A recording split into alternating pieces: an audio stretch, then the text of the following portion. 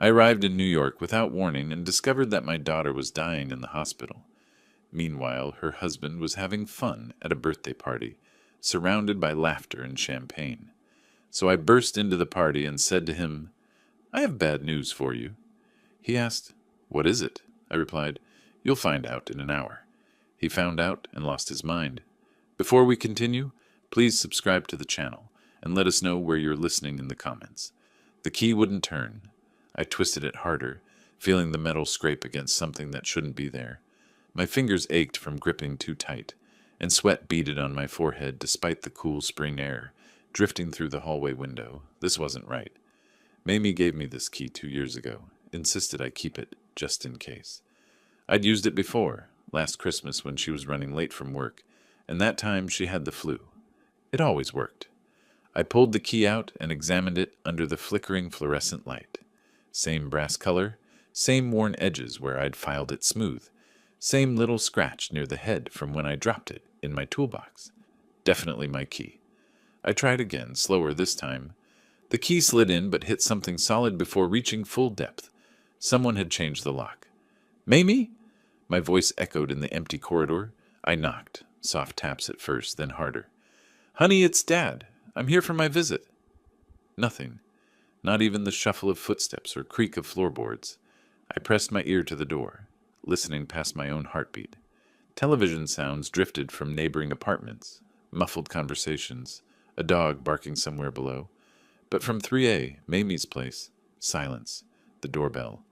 I jabbed it 3 times, hearing the shrill electronic chime echo inside. Still nothing. My phone felt heavy in my coat pocket. The flight from Pennsylvania had drained me more than usual. Too many delays, too much coffee, too many worried thoughts about why Mamie hadn't returned my calls this week. Now, this. Her voicemail picked up immediately. "Hi, you've reached Mamie Nelson. I can't take your call right now, but leave a message, and I'll get back to you soon." That cheerful voice, so much like her mother's. "Mamie, it's Dad. I'm outside your door, but the key isn't working. Did you change the locks? Call me back, honey. I'm getting worried." I tried Nelson next. One ring, then his generic voicemail. "You've reached Nelson Hargrove. Leave your name and number." "Nelson, this is Amos. I'm at the apartment, but I can't get in. Where's Mamie? Call me back immediately." The hallway felt smaller now, pressing in on me. Cooking smells, garlic and something fried, wafted from under doors. A television laugh track burst from apartment 3C. Normal Friday afternoon sounds, but they felt wrong against my growing panic. I walked to the window at the end of the hall, looking down at the Brooklyn street I'd traveled 3 hours to reach. Cars crawled past in afternoon traffic. People hurried along sidewalks, carrying grocery bags and coffee cups, living their normal lives while mine tilted sideways. This isn't like Mamie. She always answers, always calls back within an hour. Even when she's busy with clients or fighting with Nelson, she makes time for her old man. That's who she is. Responsible. Considerate. She gets that from her mother. I tried Mamie's number again. Same cheerful message, same electronic beep. "Honey, it's Dad again. Something's wrong with the lock. I'm really starting to worry. Please call me." Maybe I should have called first instead of surprising her. But she loved surprises. Always had since she was little. Remember the time I drove 6 hours to her college just to take her to dinner? She cried happy tears right there in the restaurant. No, this was different. This was wrong. I leaned against her door, feeling the solid wood against my shoulder. My travel bag seemed heavier now, pulling at muscles already tired from the journey. The fluorescent light above buzzed and flickered, casting shifting shadows on the worn carpet. Nelson's phone went straight to voicemail this time. Not ringing at all, just that automated message about leaving your name and number. He'd turned it off. Why would someone change the locks without telling family? Why wouldn't Mamie answer her phone for 2 weeks? Why would Nelson shut off his phone when I needed to reach them? The questions circled in my head like vultures. Each one brought worse possibilities. Accidents, illness, problems they couldn't handle alone. Problems they should have told me about. I tried Mamie one more time. "The subscriber you are calling is not available." Not her voicemail this time. A recorded message from the phone company. Her phone was off too. Footsteps echoed from the stairwell. Someone climbing the concrete steps, keys jangling with each stride. Maybe building maintenance. Someone who could explain about the locks. Or maybe it was Mamie, finally coming home to explain everything. I turned toward the stairwell, hope and dread wrestling in my chest as the footsteps grew closer. A man appeared at the top of the stairs, slightly out of breath, carrying a black garbage bag in one hand and keys in the other. Mid-50s, wearing faded jeans and a Yankees t-shirt that had seen better days. He stopped when he saw me standing by Mamie's door, his eyebrows raising in mild surprise. "You looking for someone?" He shifted the garbage bag to his other hand, keys jangling softly. "My daughter, Mamie Nelson, she lives here." I gestured at 3A. "I'm her father, Amos Cox." "Your daughter?" He set the garbage bag down and looked at me with genuine confusion. "I didn't know Mamie had family visiting. I'm Harold Jenkins, 3B. He pointed at the door next to Mamie's. "She doesn't know I'm coming. It was supposed to be a surprise." The words felt hollow now. "But I can't get in. The lock's been changed." Harold scratched his jaw, studying me with the careful attention of someone who'd spent years reading people. "Changed, huh? When's the last time you talked to your daughter?" 2 weeks ago, maybe 3. The admission stung. "I've been calling, but she's not answering. Her husband isn't either. Haven't seen her around here for—" Harold paused, calculating. "Must be 2 weeks now, maybe longer." My stomach dropped. "What do you mean you haven't seen her?" "Just that. Used to see her coming and going. Work, groceries, that sort of thing. Nice lady, always said hello. But lately," he shook his head, "nothing. But Nelson's been here, right? Her husband?" Harold's expression shifted, becoming uncomfortable. He picked up his garbage bag again, avoiding my eyes. "Well, yeah, I see him plenty." "Good. Then maybe he can explain." "Different woman every few days, though." The words hit me like cold water. "What?" "Your son-in-law, Nelson." Harold looked directly at me now, his voice gentler. "He's been bringing women around, young ones, real fancy looking. Figured maybe your daughter moved out, and he was, well, you know." I stepped back, my shoulder hitting the wall. "There must be some mistake." "I wish there was." Harold shifted uncomfortably. "Look, I don't like to gossip, but I've been living here 8 years. I know what I see." "What exactly do you see?" "Different woman Tuesday night, blonde, wearing one of those expensive coats. Wednesday it was a redhead in a short dress. Too short for this weather, if you ask me. Yesterday, some brunette with jewelry that caught the light from here to Sunday." My hands clenched into fists. "Are you sure it's Nelson?" "Same guy, same key to the apartment. Laughing loud in the hallway, music playing late. Not like when your daughter was around. She was quiet, respectful." The hallway started spinning slightly. I pressed my palm against the wall to steady myself. "How long has this been going on?" 2 weeks, maybe 3.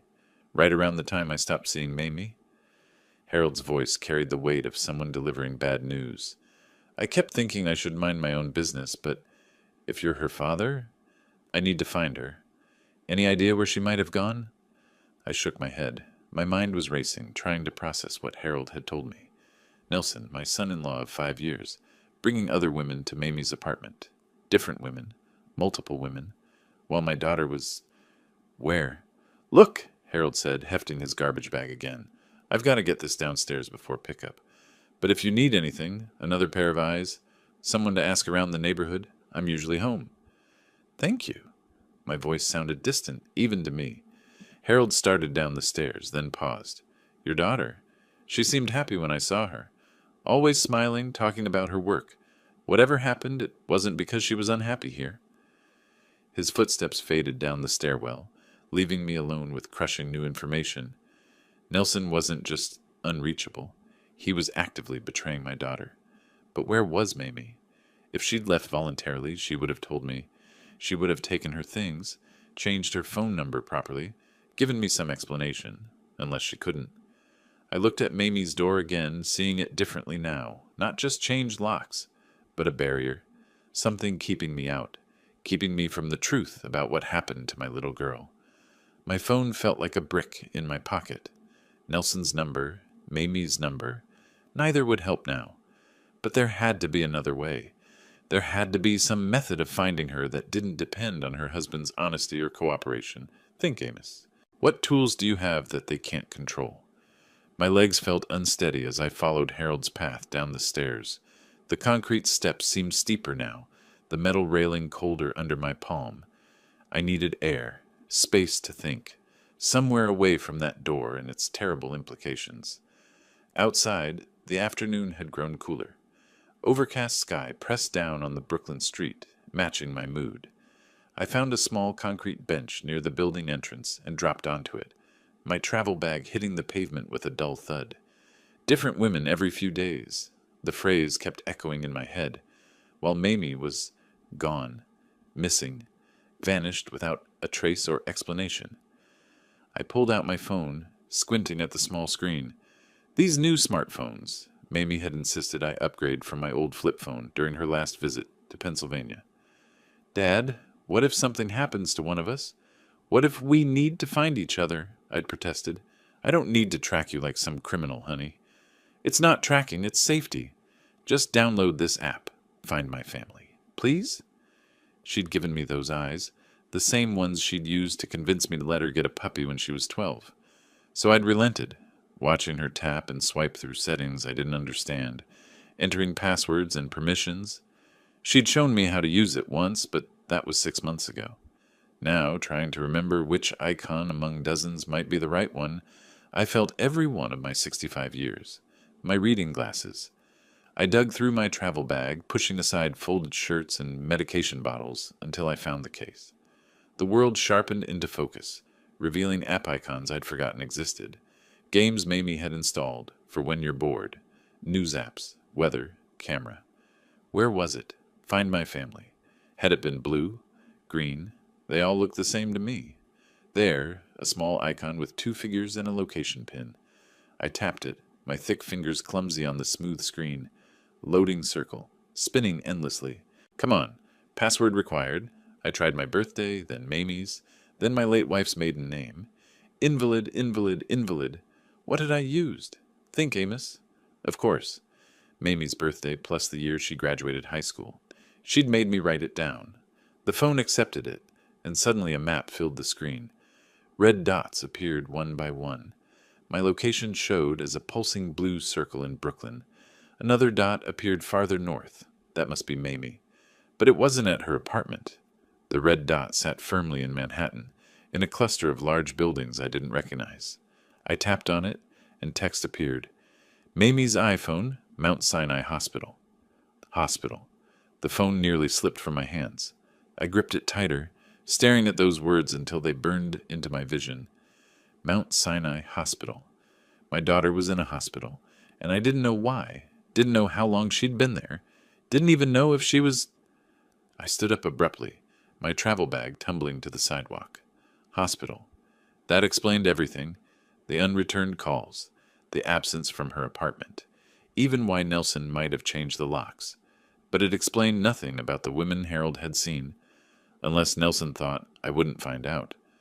Unless he was using Mamie's illness, and it had to be illness. What else would keep her in a hospital for weeks? As an opportunity to... My hands shook as I bent to retrieve my bag. The busy street seemed louder now, car horns and sirens blending into urban chaos that matched the noise in my head. I had to get to her, had to see with my own eyes what was happening to my daughter. A yellow taxi crawled past in traffic. I stepped into the street, waving my arm frantically. It didn't stop. Another one passed, occupied. A third didn't even slow down. Please, I said to no one, stepping farther into traffic. Please stop. A taxi finally pulled over, brakes squealing slightly. The driver, a woman in her 40s with tired eyes, rolled down her window. Where to? Mount Sinai Hospital. I climbed into the back seat, immediately hit by the smell of leather and air freshener. Please hurry. Emergency? My daughter. The words came out strangled. I think I need to see my daughter. She nodded and pulled back into traffic. Through the window, Brooklyn blurred past. Apartment buildings, storefronts, people living normal Friday afternoons while my world cracked apart. The app was still open on my phone, that red dot steady and unmoving at Mount Sinai. How long had Mamie been there? What was wrong with her that required weeks of hospitalization? And why hadn't anyone told me? Unless Nelson had told the hospital he was handling family notifications. Unless he deliberately kept me in the dark while he brought other women to her apartment, used her absence for his own purposes. The taxi accelerated through a yellow light, carrying me toward answers I wasn't sure I wanted to hear. Traffic moved like molasses through Manhattan's arteries. I sat in the back seat of the taxi, gripping my phone so tightly that my knuckles went white. The red dot on my screen hadn't moved. Mamie was still at Mount Sinai, still in that hospital, still needing me while I crawled through Friday afternoon gridlock. Construction on the FDR, the driver explained, catching my eye in the rearview mirror. She was maybe 45, with kind eyes and worry lines that suggested she'd seen plenty of distressed passengers. I could take the bridge route, might be faster. Whatever gets me there quickest. Mount Sinai Hospital. The name kept cycling through my mind like a broken record. Why was my daughter in a hospital? How long had she been there? The tracking app showed her location, but it couldn't tell me if she was visiting someone else, getting routine tests, or... No. I pushed away the darker possibilities. Mamie was young, healthy. She jogged in Prospect Park, ate organic vegetables, took those vitamin supplements her mother used to mock. She couldn't be seriously ill.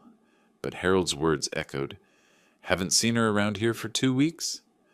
2 weeks in a hospital wasn't routine anything. I tried calling her again. Same automated message. Subscriber not available. Her phone was either dead or turned off. Nelson's number went straight to voicemail again. The man was deliberately avoiding me. My own phone battery dropped to 23%. I'd been checking the GPS obsessively, watching our slow progress through the city. At this rate, it would take another 20 minutes to reach the hospital. The taxi lurched forward through an intersection, then stopped again behind a line of brake lights. An ambulance wailed past us, its red and blue lights painting the inside of our car in urgent colors. My chest tightened, watching it disappear toward the same medical district where my daughter waited. 3 years ago, I'd made this same kind of desperate journey. Different hospital, different city, but the same crushing fear in my chest. Martha had been in stage 4 when we finally got the diagnosis. Pancreatic cancer, the doctor had said with that practiced sympathy they teach in medical school. We'd caught it too late. I'd held her hand through chemotherapy sessions, radiation treatments, and finally hospice care. I'd promised her I'd take care of Mamie, protect our daughter from the kind of pain we were experiencing. Now here I was, racing through traffic because I might be failing that promise. "Family emergency?" the driver asked gently. "My daughter." The words came out hoarse. "She's in the hospital, and I didn't know. These things happen fast sometimes." She accelerated through a yellow light, gaining precious seconds. "My sister was diagnosed with diabetes last year. Nobody knew until she collapsed at work. Sometimes people hide things to protect the ones they love." That sounded like Mamie. She'd hidden her college financial struggles until she was 3 months behind on rent. She'd hidden her early relationship problems with Nelson until after they were married. She always tried to handle everything herself, just like her mother.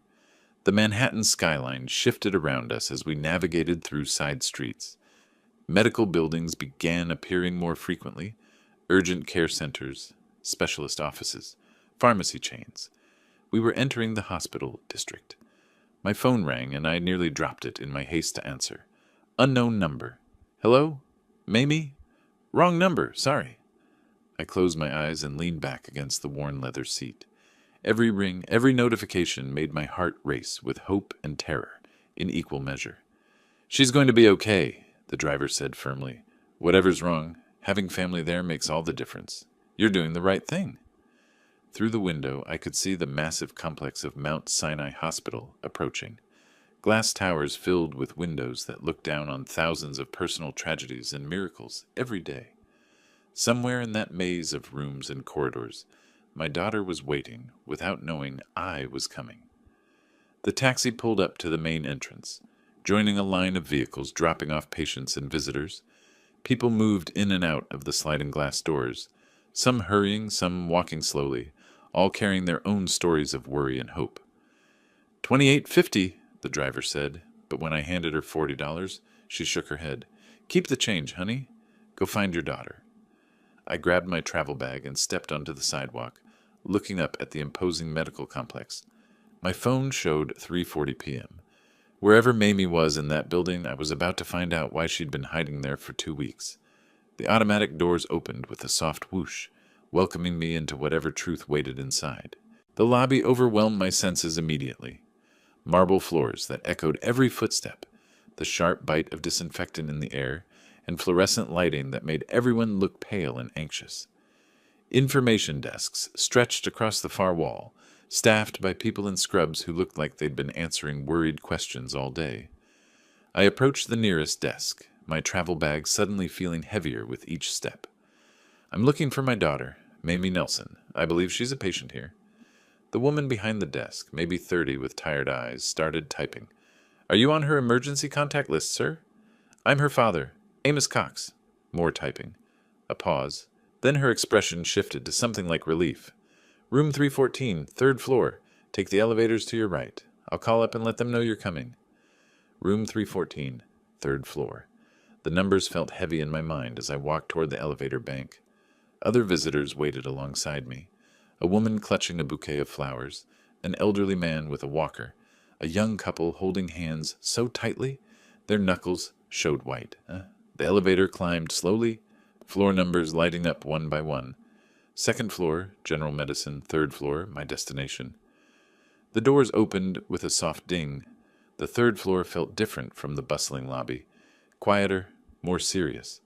A sign on the wall read, "Oncology Unit," with an arrow pointing down a corridor, lined with rooms. Oncology. Cancer. My legs nearly gave out. I grabbed the wall for support, my travel bag sliding to the floor. Cancer. That's why Mamie was here. That's why she hadn't been returning calls. That's why Nelson had been bringing other women to her apartment while she fought for her life in this sterile hallway. "Sir, are you all right?" A woman in a white coat had appeared beside me. Mid-40s, kind face with intelligent eyes behind wire-rimmed glasses. Her name badge read, "Dr. Elena Ramirez, Oncology." I'm looking for my daughter. "Mamie Nelson, room 314. You must be Mr. Cox." Her voice carried the gentle authority of someone used to delivering difficult news. "I'm Dr. Ramirez, Mamie's oncologist. Could we talk privately for a moment?" She led me to a small consultation room just down the hall. Plain furniture, a box of tissues on the table, medical diplomas on the walls. The kind of room designed for conversations nobody wanted to have. "How much do you know about your daughter's condition?" Dr. Ramirez asked as we sat down. "Nothing." The word came out like a confession. "I just found out she was in the hospital. What's wrong with her?" Dr. Ramirez opened a medical file, her movements careful and deliberate. "Mamie was diagnosed with pancreatic cancer 6 weeks ago. Stage 4, which means it has metastasized to other organs. She's been hospitalized for 2 weeks now for pain management and palliative care." The room tilted sideways. Pancreatic cancer. Stage 4. The same disease that killed Martha. The same words I'd heard 3 years ago, delivered with the same professional compassion. That can't be right. My voice sounded distant, like it was coming from someone else. "She's only 35. She's healthy. She exercises." "Cancer doesn't discriminate based on age or lifestyle, Mr. Cox. I'm sorry." "What's the prognosis?" I already knew, but I had to ask. With aggressive treatment, we might extend her life by several months. Without treatment, she paused, choosing her words carefully. Weeks to months, depending on how she responds to pain management. The room was spinning now. I gripped the arms of my chair, trying to anchor myself to something solid. "Why wasn't I contacted? I'm her father. I should have been told immediately." "The emergency contact information we have on file is for her husband, Nelson Hargrove. We've made multiple attempts to reach him, but haven't received any response." Of course, Nelson knew. Nelson had known for 6 weeks that his wife was dying, and instead of calling her family, instead of being here to support her, he'd been parading other women through her apartment, like she was already gone. "Where is he now?" My voice came out rougher than I intended. "I can't discuss other family members' personal information, but I can tell you that Mamie has been essentially alone throughout this ordeal. The nursing staff has been very concerned about her lack of family support." Alone. My daughter had been facing the same disease that killed her mother, in the same kind of sterile hospital room, and she'd been doing it alone because her husband was a coward, and her father was too trusting. to check on her more often. "Can I see her?" "Of course, but Mr. Cox—" Dr. Ramirez leaned forward slightly. "The physical changes can be startling. The cancer has progressed rapidly, and the treatments, even palliative ones, take a toll. She's much thinner than she was 6 weeks ago, and she tires easily." I nodded, not trusting my voice. Martha had gone through the same transformation. My vibrant, beautiful wife gradually disappearing before my eyes, until only her spirit remained, fierce and loving until the very end. "She doesn't know you're coming, does she?" "No. This was supposed to be a surprise visit." Dr. Ramirez stood up, closing the medical file. "She's been asking about you, wondering why you haven't called. She made me promise not to contact you because she didn't want you to worry after losing your wife to cancer." The guilt hit me like a physical blow. While I'd been going about my normal life in Pennsylvania, reading the newspaper, working in my garden, watching television, my daughter had been protecting me from the truth even as she fought for her life. "Room 314 is just down the hall," Dr. Ramirez said softly. "Would you like me to come with you?" Dr. Ramirez knocked gently on the door of room 314. "Mamie, you have a visitor." "I'm not really up for visitors today," came a voice from inside, weaker than I remembered, but unmistakably my daughter. "I think you'll want to see this one," the doctor said, opening the door slightly. "Your father is here." Silence. Then a sharp intake of breath. I stepped into the room, and the sight nearly broke me. Mamie sat propped up in the hospital bed, her once full face now gaunt, her dark hair thin and brittle from treatments. IV lines snaked from her arms to machines that beeped softly in the background. But her eyes, Martha's eyes, were still bright and alert. "Dad?" Her voice cracked with disbelief. "What are you doing here?" "Surprising my daughter," I managed, though my voice wasn't much steadier than hers. "That was the plan, anyway." She tried to sit up straighter, wincing slightly at the movement. "You can't be here. I mean, it's wonderful that you're here, but you weren't supposed to find out like this." I set my travel bag down and crossed to her bedside. The afternoon light from the window made the medical equipment seem less intimidating, but it couldn't hide how small she looked in the hospital bed. "Dr. Ramirez tells me you've been here for 2 weeks. "It's not as bad as it looks," she said quickly. The same tone she'd used as a child when trying to convince me a scraped knee didn't hurt. "They're just managing my pain levels, making sure I'm comfortable." I reached out and touched her cheek gently. Her skin felt paper-thin, hot from fever or medication. "Honey, why didn't you tell me?" Tears started forming in her eyes. "Because I watched what Mom's cancer did to you. I saw how it destroyed you to watch her suffer. I couldn't put you through that again."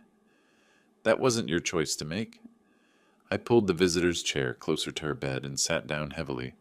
"I'm your father. This is exactly where I'm supposed to be." "But you just lost Mom 3 years ago.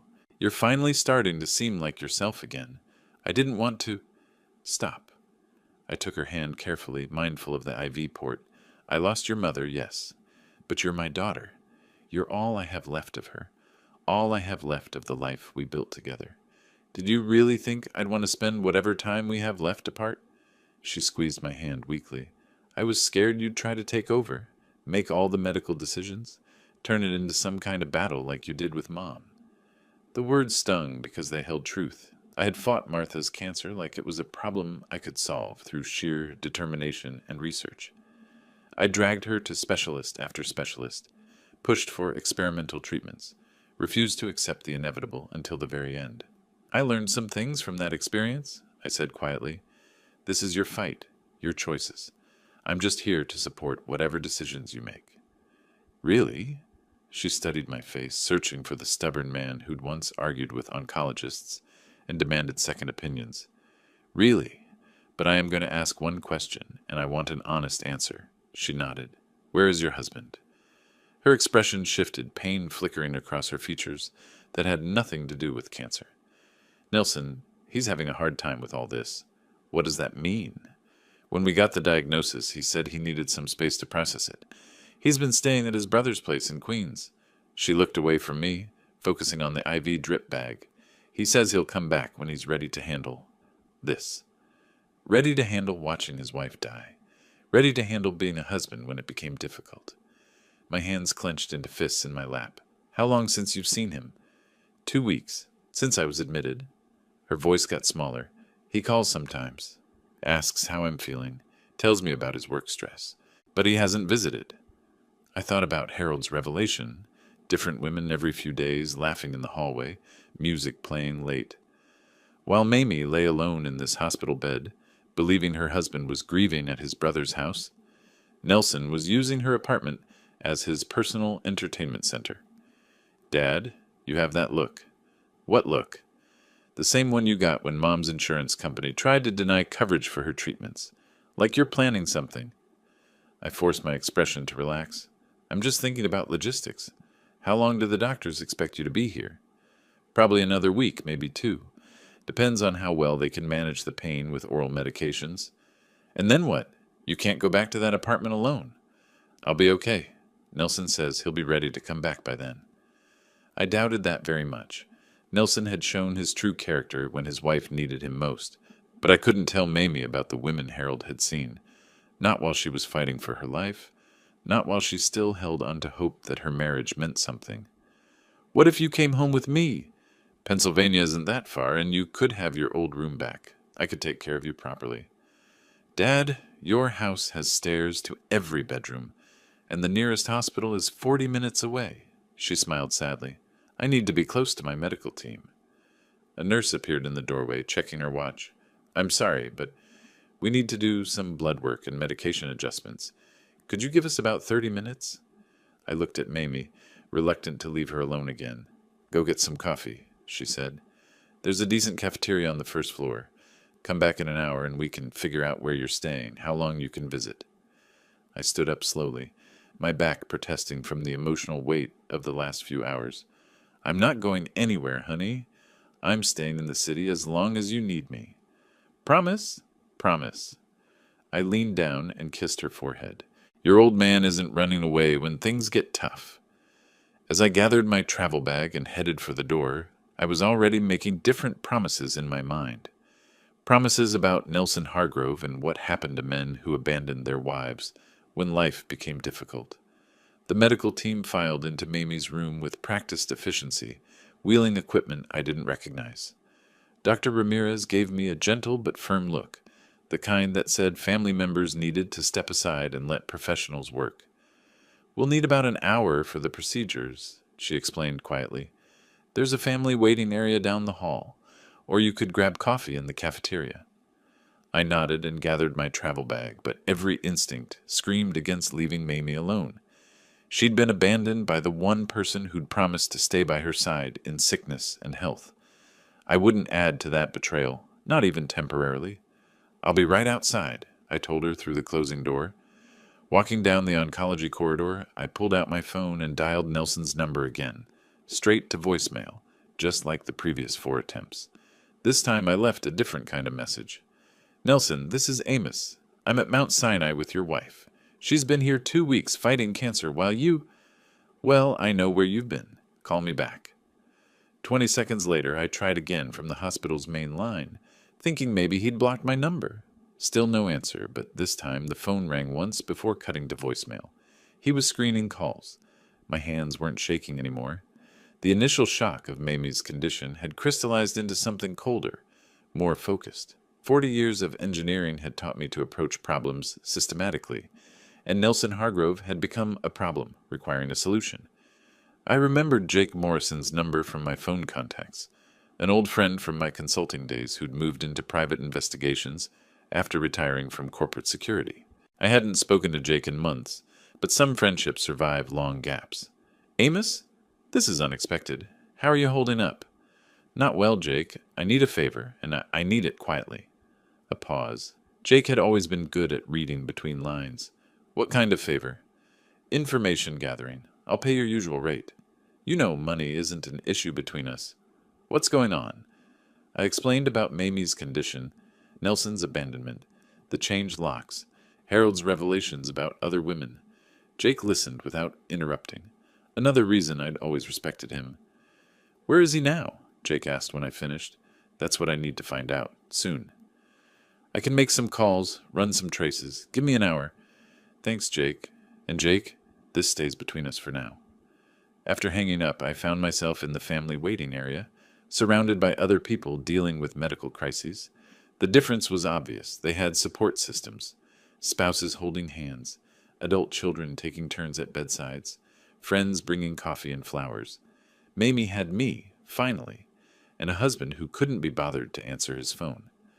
My phone buzzed with a text from an unknown number. "Happy birthday to me? Skyline Lounge is amazing?" Wrong number, probably, but something nagged at me. I opened Mamie's Instagram through her old account she'd set up on my phone months ago, another technology lesson I'd initially resisted. Social media felt invasive, but now it might be useful. Nelson's profile appeared in her followers list. His latest stories were posted 30 minutes ago. Champagne glasses clinking, a rooftop view of Manhattan, a group of people laughing around a decorated table. The location tag read, "Skyline Lounge, Midtown. Birthday celebration." While his wife underwent cancer treatment, Nelson was throwing himself a party. I screenshot everything, my engineer's mind automatically documenting evidence. The timestamps, the locations, the faces of people who clearly weren't mourning anyone's illness. Young women in cocktail dresses, men in expensive suits, everyone looking like they were having the time of their lives. Jake called back, sooner than expected. "Found him. Your son-in-law's credit card activity shows charges at Skyline Lounge starting at 4 o'clock. High-end rooftop bar in Midtown. Expensive place. He's dropped over $3,000 tonight." $3,000. While Mamie worried about insurance copays and prescription costs. "Amos, what are you planning? Because your voice has that tone Martha used to worry about. The one that meant you were about to do something irreversible." Martha, she'd have known exactly what I was thinking right now. She'd also have tried to talk me out of it, then help me plan it properly when she realized my mind was made up. "I'm going to have a conversation with Nelson. At a party? In public? That could get messy fast." "Good. Messy means witnesses. Messy means consequences. Amos, he abandoned his dying wife to throw himself a birthday party, Jake, with other women, using money that should go toward her medical bills. What kind of conversation do you think that deserves?" A long pause. "The kind where you need backup, just in case. I can be there in 40 minutes. "No. This is between me and him. But thanks." "Then at least promise me you won't do anything that lands you in jail. Mamie needs her father, not her father's lawyer." He was right about that. Whatever I did had to be calculated, controlled. Justice, not revenge, though the line between them felt increasingly thin. I checked the time. 6:30 p.m. The medical procedures would finish by 7:30, giving me time for one quick trip to Midtown and back. Skyline Lounge was 20 minutes by subway from the hospital. Standing up from the waiting area chair, I felt different than I had an hour ago. The grief was still there, the fear for Mamie's future, the anger at the unfairness of it all, but underneath those emotions was something harder and more useful. Purpose. Nelson thought he could abandon his responsibilities while his wife fought for her life. He was about to learn differently. The subway ride to Midtown gave me time to dig deeper into Nelson's social media trail. Each new post painted a clearer picture of betrayal that went beyond simple absence. This wasn't a man struggling to cope with his wife's illness. This was a man celebrating his freedom from her. His Instagram stories showed a timeline of calculated cruelty. At 4 p.m., when Dr. Ramirez had been explaining Mamie's treatment options to me, Nelson was posing with a magnum of champagne. At 5:30, while I'd been holding my daughter's thin hand, he'd been photographed with his arm around a blonde woman young enough to be his daughter. But it was the videos that really showed his character. In one, filmed just an hour ago, Nelson raised a glass to the camera and said, "To freedom, to new beginnings, and to finally living my best life." The audio was clear, his words unmistakable, his joy genuine. While his wife fought cancer alone in a hospital bed, I saved every piece of evidence to my phone, my engineering background automatically organizing files and timestamps. If this ever went legal, I wanted documentation. But more immediately, I wanted ammunition. My phone rang as the subway pulled into Times Square station. "Jake again. I did some more digging. Your son-in-law has been planning this party for 3 weeks. Reserved the venue, hired a photographer, sent invitations through social media. This isn't spontaneous. It's premeditated." 3 weeks? right around the time Mamie was admitted to the hospital. While she was being told her cancer had metastasized, Nelson was booking party venues. There's more, Jake continued. His credit card records show a pattern. High-end restaurants, expensive clothing purchases, jewelry that sure isn't going to his wife. This has been going on since her diagnosis. 6 weeks of treating Mamie's terminal illness as his personal liberation. Jake, I need to ask you something, and I need an honest answer. Shoot. If this was your daughter, what would you do? A long pause. Probably something that would disappoint my better angels but satisfy my father's heart. Which is exactly why I think you should wait. Think this through. I have thought it through. He's not just abandoning her. He's celebrating it while she's dying. And what's your plan? Storm into his party and do what exactly? I emerged from the subway into the chaos of Midtown Manhattan.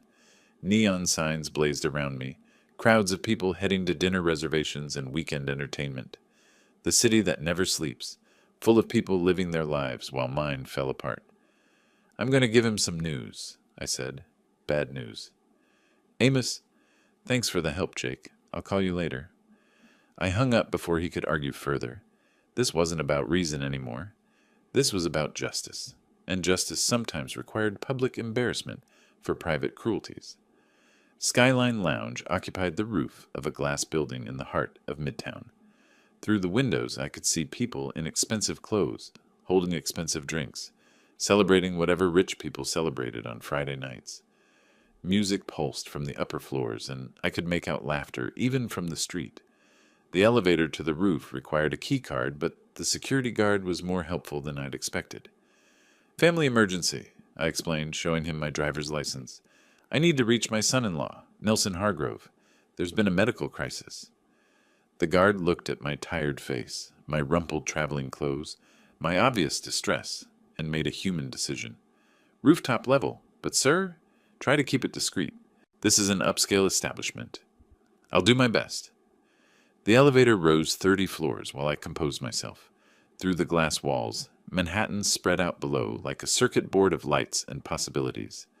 Somewhere in this maze of buildings, my daughter lay in a hospital bed, alone except for nurses and machines. Somewhere above me, her husband celebrated his freedom from her suffering. The elevator doors opened onto a rooftop paradise. Skyline Lounge lived up to its name.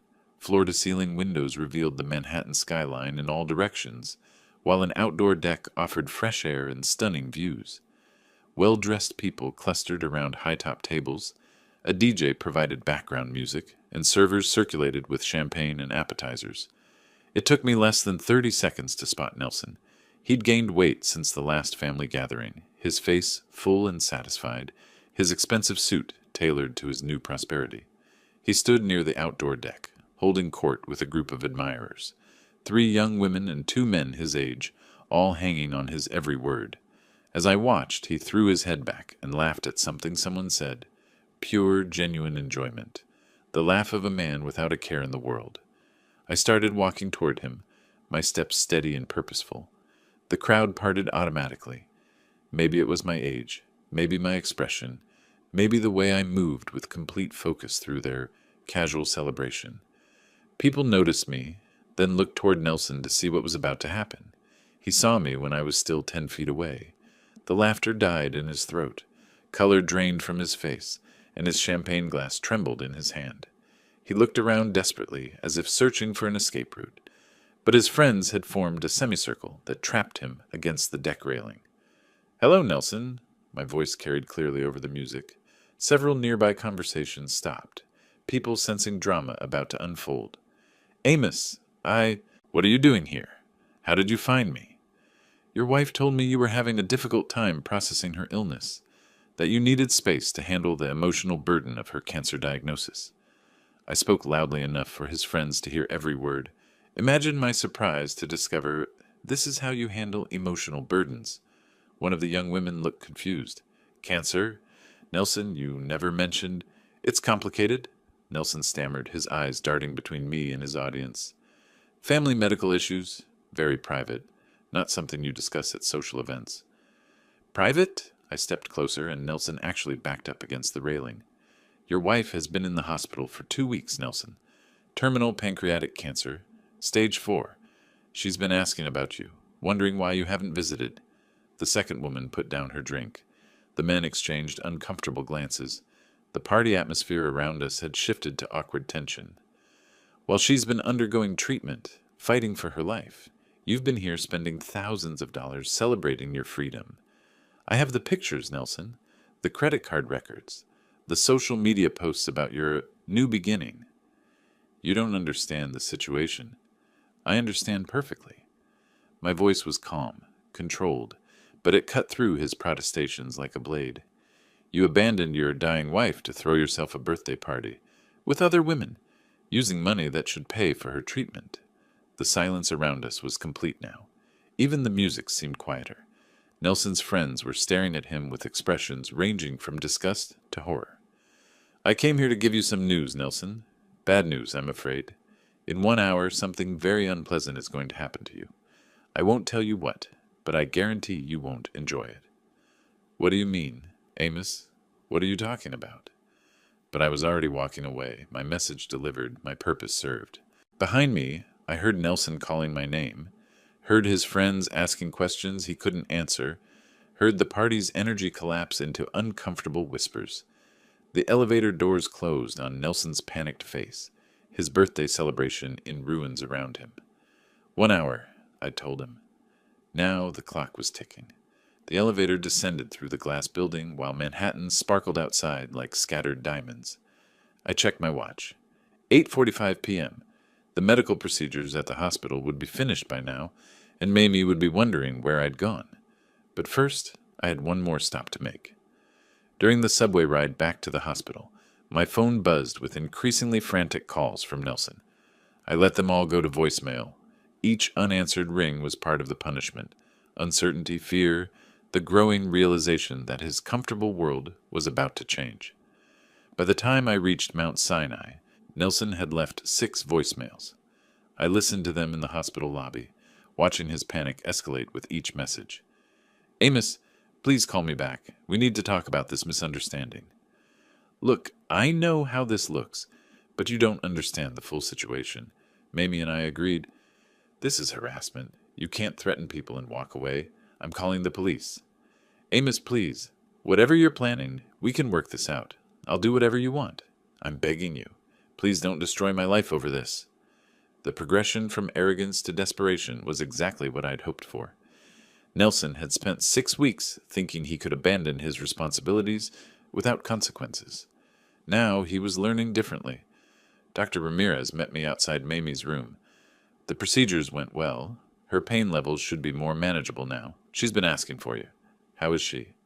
Tired, but the medications are helping. You can see her now, but try to keep the visit calm. She needs rest.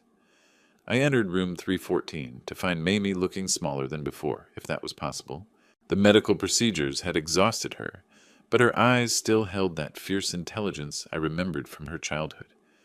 Where did you go? She asked weakly. The nurse said you stepped out, but you were gone for hours. I had some errands to run, nothing important. The lie came easily. Protecting her from the truth about Nelson's party would spare her additional pain. Dad, I know you're angry about Nelson not being here, but please don't do anything dramatic. I can't handle family drama on top of everything else. If only she knew what family drama really looked like, but that was exactly why I'd handled this quietly. Mamie deserved to focus on fighting cancer, not on mourning her marriage. My phone rang. Nelson again. This time I answered. Amos, thank you for picking up. Please, we need to meet and discuss. The hour isn't up yet, Nelson. I kept my voice calm, controlled. When it is, you'll know. What are you talking about? What's going to happen in an hour? Something you won't enjoy. I guarantee it. I hung up. Mamie was watching me with concern. Dad, what was that about? Nothing you need to worry about, honey. Just some business I need to handle. But even as I said it, I was checking the time. 9:20 p.m. 40 minutes since I'd left the party. 20 minutes until Nelson's deadline. My phone rang again immediately. This time, instead of answering, I turned it off completely. Nelson could spend the next 20 minutes in growing panic, wondering what consequences were coming for him. The uncertainty would be worse than any actual punishment I could devise. You look different. Mamie said quietly. Calmer somehow, more like yourself. She was right. The helpless grief I'd felt earlier had transformed into something more productive. I'd taken action, imposed consequences, restored some balance to a situation that had been grossly unfair. For the first time since arriving in New York, I felt like I was protecting my daughter properly. I'm just glad I'm here with you now. Will you stay tonight? I know the hospital has visitor accommodations. Of course, I'm not going anywhere. As we talked about treatment options and next steps, part of my mind tracked the remaining time.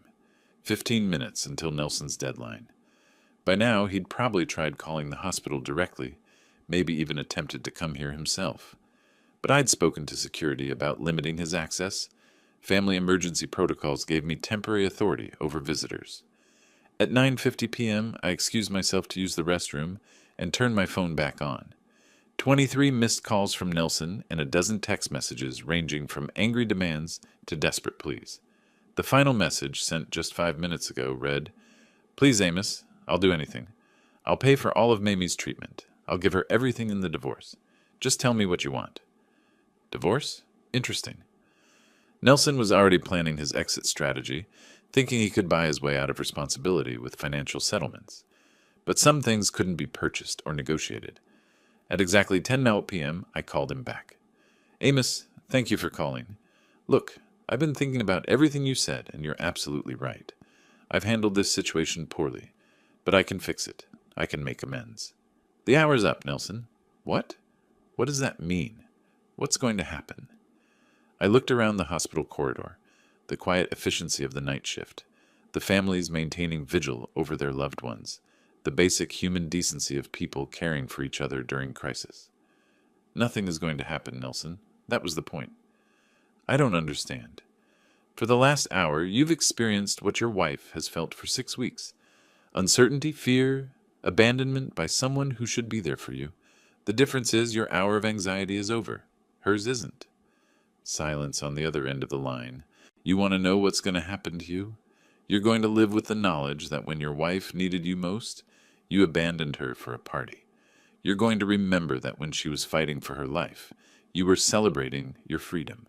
And everyone at that party tonight is going to remember it too. Amos, please. I'm hanging up now. Don't call again. Don't come to the hospital. Don't contact Mamie unless she specifically asks for you. And Nelson, if I hear you're using her illness as an excuse for anything, if you're telling people you're grieving or struggling or any other lie to cover your selfishness, I will make sure everyone knows the truth about your birthday party. I ended the call and turned the phone off again. Through the hospital window, I could see the lights of Manhattan stretching toward the horizon. Somewhere in that maze of buildings, Nelson was probably sitting alone, finally understanding that actions had consequences. But here, in this sterile corridor outside my daughter's room, justice felt more like exhaustion than satisfaction. The real work, helping Mamie fight cancer, was just beginning. Manhattan's neon glow painted the sidewalks in shifting colors as I walked away from Skyline Lounge. The confrontation had left me feeling oddly calm. Not the explosive satisfaction I might have expected, but something steadier. Justice in motion, consequences finally matching actions. My phone showed 9:05 p.m. Hospital visiting hours extended until 10 p.m. for family members, giving me time for one essential stop. Mamie would need proper nutrition during her recovery, and the hospital cafeteria wasn't adequate for someone fighting cancer. The Whole Foods near the medical district stayed open late, catering to hospital staff and worried families. Inside, fluorescent lighting felt harsh after the upscale ambiance of the rooftop bar, but it was honest light. No pretense, no performance, just people buying what they needed to take care of each other. I selected carefully organic fruits that wouldn't upset Mamie's sensitive stomach, fresh ginger for nausea, the kind of Greek yogurt she'd loved as a child. Simple things that might remind her body how to be healthy again. Shopping for someone recovering? The cashier asked. She was maybe 25, with kind eyes that suggested she'd seen plenty of worried families. My daughter, cancer treatment. I'm sorry. Is she doing better? Getting there. The words felt true as I said them. Mamie was getting better, not just medically, but in ways that mattered more. She wasn't alone anymore. wasn't protecting everyone else from her truth? These are good choices, she said, scanning the ginger. My aunt swore by fresh ginger tea during her chemo. The receipt showed 9:23 p.m., enough time to reach the hospital before visiting hours ended. In the taxi back to Mount Sinai, my phone buzzed with a text from an unknown number. Package delivery scheduled for 10:15 p.m. Address confirmed. SM. Agent Sarah Martinez, Martha's former partner at the FBI, now heading the Financial Crimes Unit. She'd been more than willing to help when I'd explained Nelson's situation, especially after seeing the evidence Jake had gathered about offshore accounts and tax evasion. The hospital lobby felt different at night, quieter, more intimate somehow. Families gathered in waiting areas, some sleeping in uncomfortable chairs, others maintaining vigil with coffee and quiet conversation. People who understood that love meant showing up when life got difficult. Room 314 glowed softly with evening light. Mamie looked better than she had this morning. The medical procedures had helped, and her color was improving slightly. She was awake, reading something on her tablet, looking almost like herself again. You brought groceries? She smiled at the bag in my hands. Dad, the hospital feeds me. You don't need to shop. Hospital food isn't going to help you get strong enough to fight this thing. I started unpacking items, arranging them on her bedside table like a small altar to her recovery. Besides, I remembered how much you loved this yogurt when you were little. Greek God's brand. Her voice carried genuine pleasure. I haven't had this in years. Sometimes the old things are the best things. She studied my face with that perceptive look she'd inherited from her mother. You seem different tonight. Calmer, somehow. Less frantic. I had some business to take care of. It went well. What kind of business? My phone vibrated again. Another text. Target acquired. Timeline confirmed. Proceeding as planned. Nothing you need to worry about, I said, silencing the phone. Just some loose ends that needed handling. But Mamie wasn't fooled. She'd always been able to read me better than I'd liked, even as a child. Dad, what did you do about Nelson?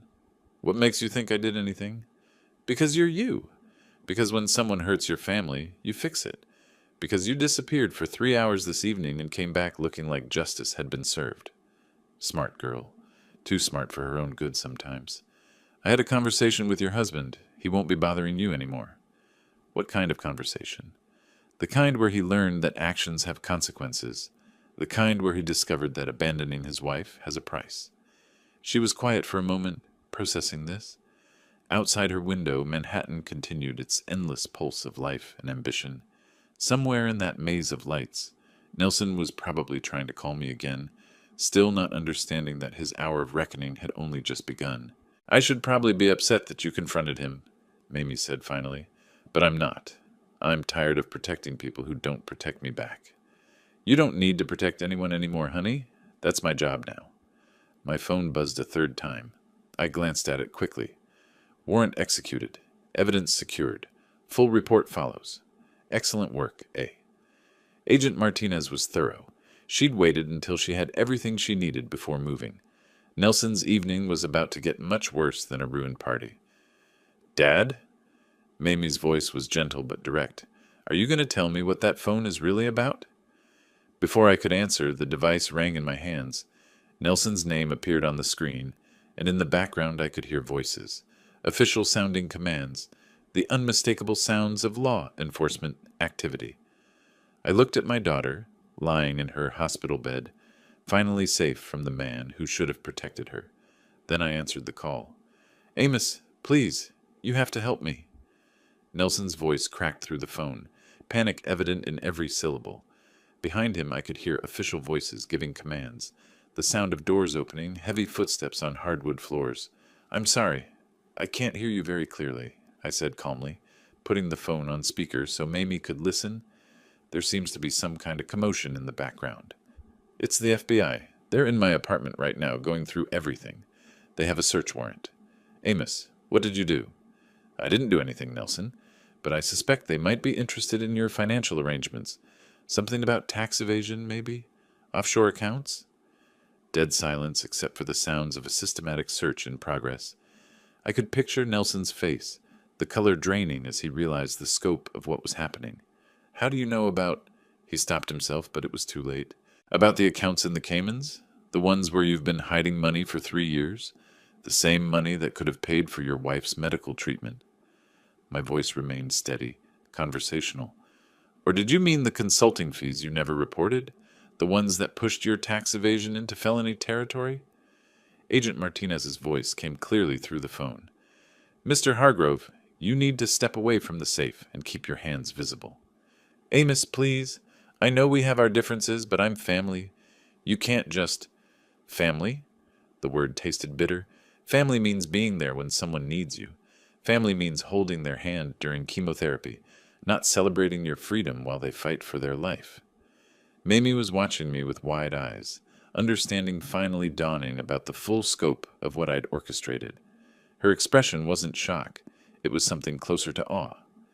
I can explain everything, Nelson continued desperately. The money, the accounts, all of it. I was planning to use it for Mamie's treatment, I swear.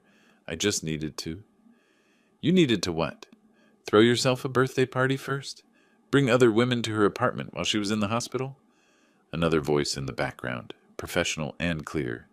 Sir, we're going to need you to come with us for questioning. You have the right to remain silent. Amos, don't let them do this to me. I'm your daughter's husband. Think about what this will do to her reputation, her standing in the community. I looked at Mamie lying in her hospital bed, thin and pale, but with fire in her eyes. She'd been protecting this man's reputation while he spent her medical money on champagne and parties. My daughter's standing in the community will be just fine, I said. She's a cancer survivor who was abandoned by her husband. People tend to sympathize with that kind of strength. You, on the other hand, are a man who hid assets while his wife faced terminal illness. How do you think that's going to play in the newspapers? The newspapers? You can't be serious.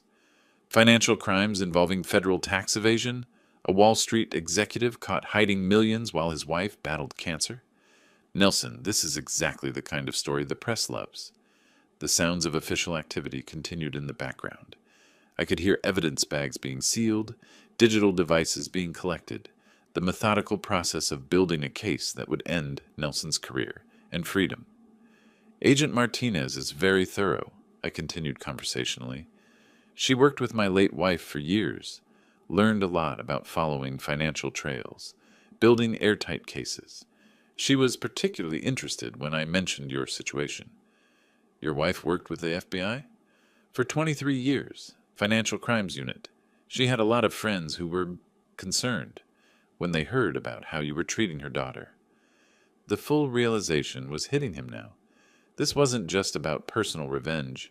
This was about professional law enforcement officers who took white-collar crime seriously, especially when it involved abandoning sick family members. Amos, I'm begging you, call them off. I'll pay for everything. All of Mamie's treatment, experimental therapies, whatever she needs.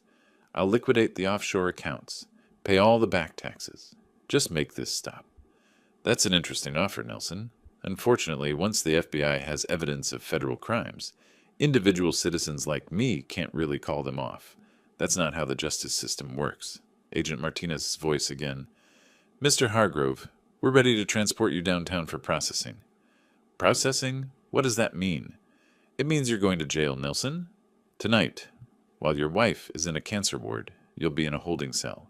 I find that appropriately symbolic. This is insane. You can't destroy my life because you don't like how I handled my marriage.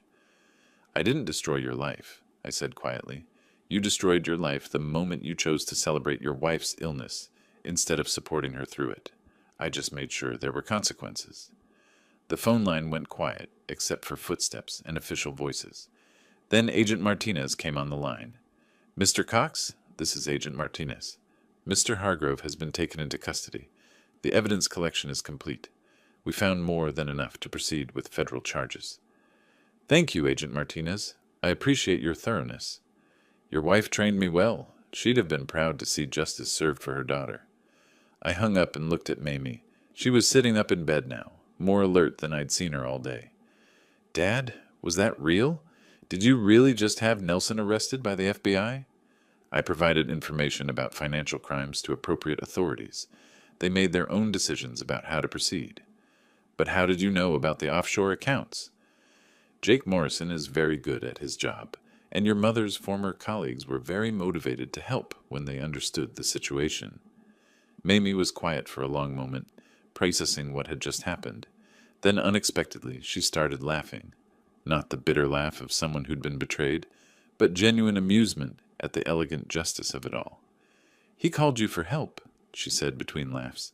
"The man who abandoned me called my father for help when the consequences caught up to him." "Some people never learn that actions have consequences," I said, "but they usually figure it out, eventually."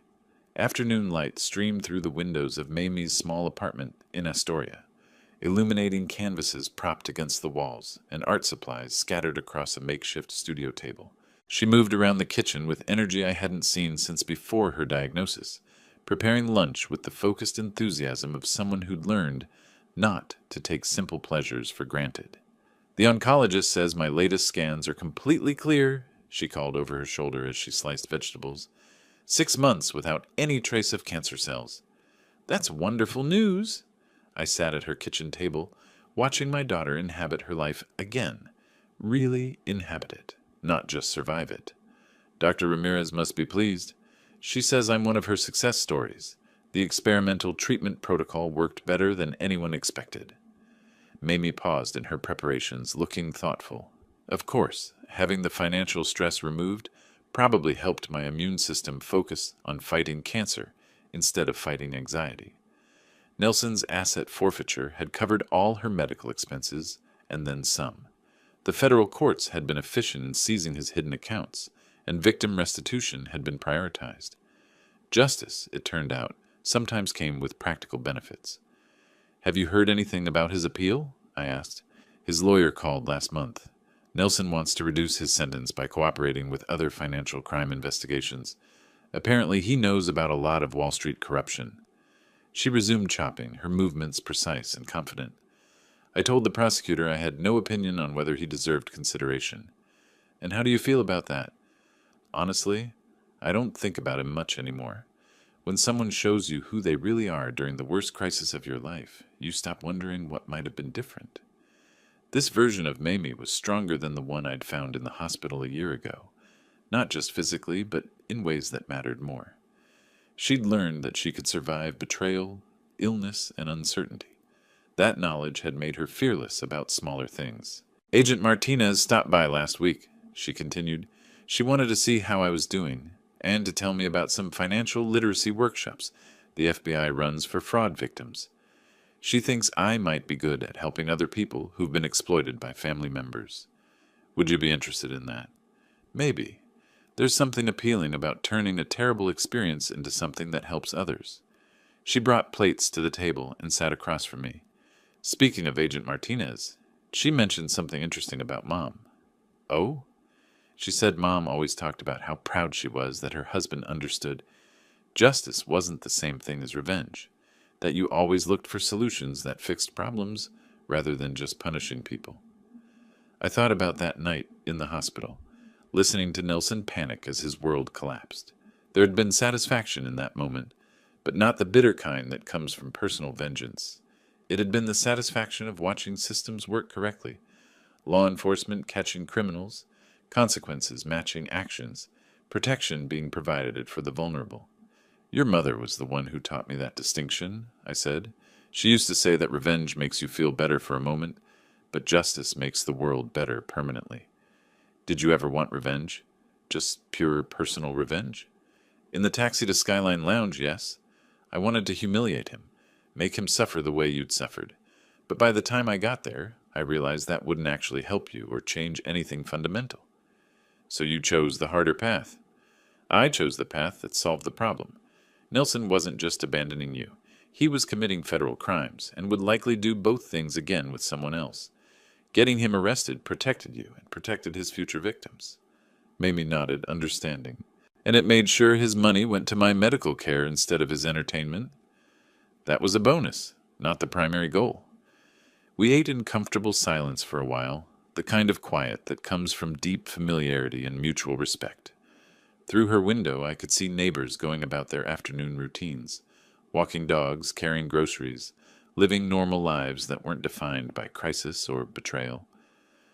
I've been thinking about dating again, Mamie said suddenly. How do you feel about that? Nervous, but good nervous. Like I'm ready to trust my judgment about people again. She smiled. Having a father who's willing to coordinate with federal law enforcement makes me feel pretty confident about my safety. I'm retired from the coordinating business. Once was enough. Sure you are? Her tone was teasing but affectionate. Just promise me you'll do background checks quietly if I bring someone home. I make no such promises. She laughed, and the sound was pure joy, not the careful laughter of someone managing other people's comfort, but the genuine amusement of someone who felt safe enough to be fully herself. Later, as I prepared to catch the train back to Pennsylvania, I looked around her apartment one more time. Art projects in various stages of completion, medical appointment reminders that showed routine checkups rather than crisis management, photos of friends and family gathered during her recovery. This is a good life you're building, I told her. It's my life, she said simply. For the first time in years, it feels like mine. Standing at her door, travel bag in hand, I realized that this was what justice actually looked like. Not dramatic courtroom moments or satisfying revenge, but a woman making lunch in her own kitchen, planning art projects, considering new relationships, living without fear or financial anxiety. I'll see you next week, I said. Drive safely, Dad. And thank you. For what? For showing me that family means protecting each other, for proving that some people can be trusted to do the right thing, even when it's complicated. Walking toward the subway station in the late afternoon light, I thought about Martha and how proud she'd be of both our daughter's strength and the way justice had ultimately prevailed. Not through anger or personal vendetta, but through patience, careful planning, and faith that systems could work when operated by people who cared about doing the right thing. My phone buzzed with a text from Mamie. Forgot to tell you, I'm thinking about getting a dog, just so you know for next time you coordinate with law enforcement. Some things, thankfully, never change. If you like this story, please like this video, subscribe to the channel, and share your impressions of this story in the comments. To listen to the next story, click on the box on the left. Thank you for watching.